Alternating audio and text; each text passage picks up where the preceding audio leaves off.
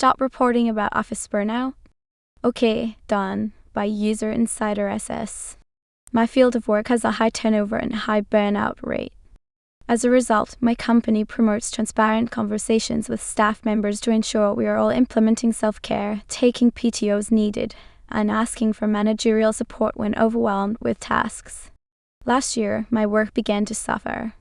I was struggling losing 2 close family members suddenly and was transparent in hopes they would understand why I was withdrawn and had lower productivity. My manager wrote me up as a result of my burnout, citing that I was using our 1S inappropriately, causing stress among the team with my grief and talking about being burned out too much. The write-up included every single one documentation of when I asked for help with burnout. Management instructed me to stop talking about burnout. No problem. I stopped bringing up burnout, being transparent, and asking support. About 2 months later, I requested a 7-week leave of absence, citing extreme burnout and mental health issues. Management was shocked and angry that I did not tell them I was struggling or burning out. I handed them a copy of my write-up and said the action plan I received stated I could not talk about burnout anymore. Management was scolded for inadvertently creating a hostile work environment where staff couldn't ask for support. I got 7 weeks off and partial pay, and they had to cover my job for that entire time I was out. You demand a carpool in my car. Buckle up, cupcake. Was working for a biz as a principal firmware engineer. Commute was an hour each way on the best days. Leased an EV which would barely get me there and home, but was carpool lane qualified. New coworker lived nearby and proposed that we carpool so we could use the carpool lane and save him maybe 20 minutes. Wasn't about to ride with him in his car due to his poor vision and subsequent lack of situational awareness. He asked if he could ride with me in my EV. Declined as I didn't need him to use the carpool lane and his added extra bulk might exceed the limited range of that LE EV. He complained to our manager, who demanded that I accommodate him. Be a team player for once, don't you know? Decided to offer carpooling with him in my pumped-up Rostam with 71 dots and 240Z on a Friday morning. Turns out that he didn't like the volume of my music, the velocity of my car. He ended up taking an Uber home that evening and never bugged me about carpooling again. Yay team. Okay, my turn now. By user, important Lyman is 7,461.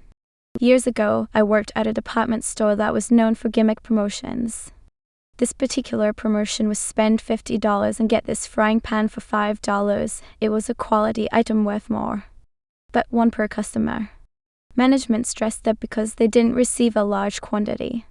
One day a lady says I spent $150, can I get 3 of them? Politely I said no, it's 1 to a customer.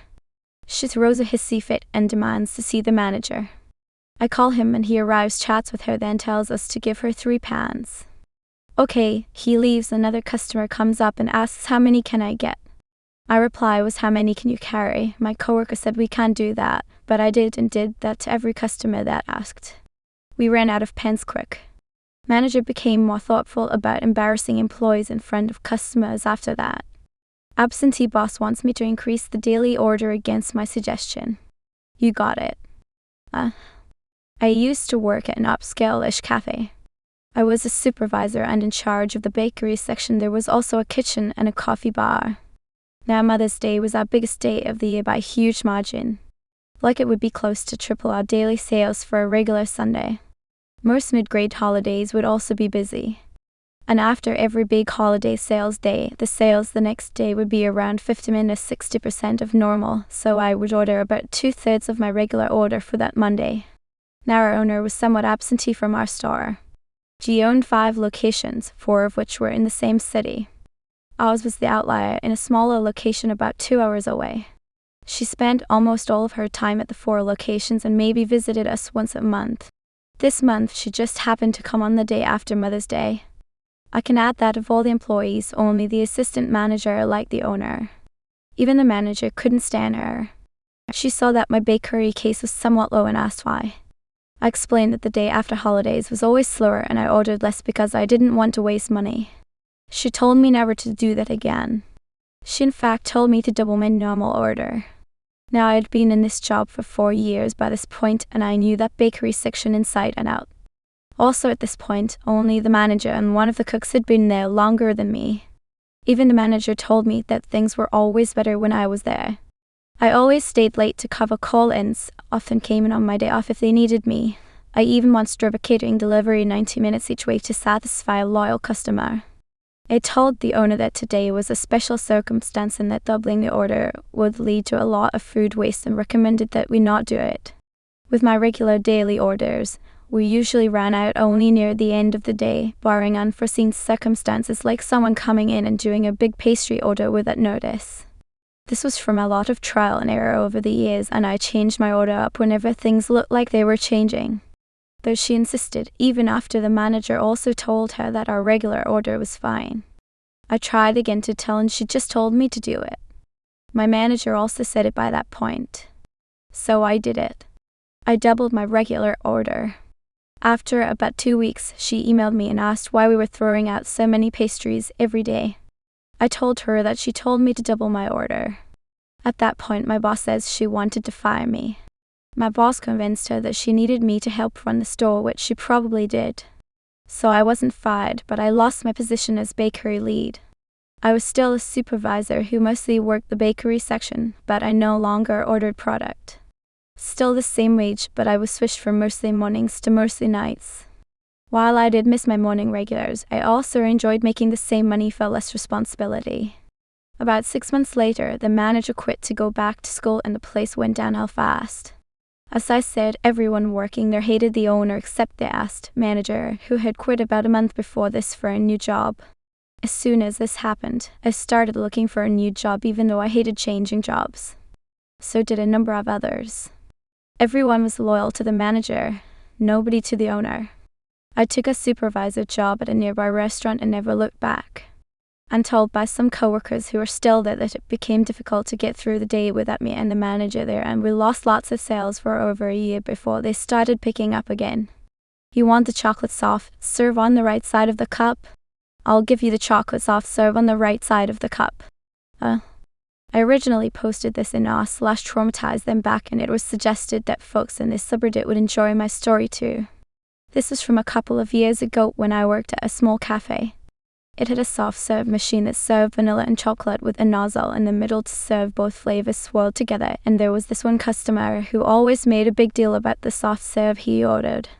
He would come in just for the soft serve and there was always something wrong with it. He would ask for toppings and then complain that it was either too much or too little, and then ask us to serve him a new cup with the right amount. As if this nitpicking wasn't annoying enough, one day he decided he wanted both flavors, so my coworker served him the chocolate vanilla swirl. The guy said it was wrong, that he didn't want the flavors mixed together, so my coworker served him a new cup with chocolate on one side and vanilla on the other. The guy then says it's still wrong, that he wants the chocolate on the right side of the cup.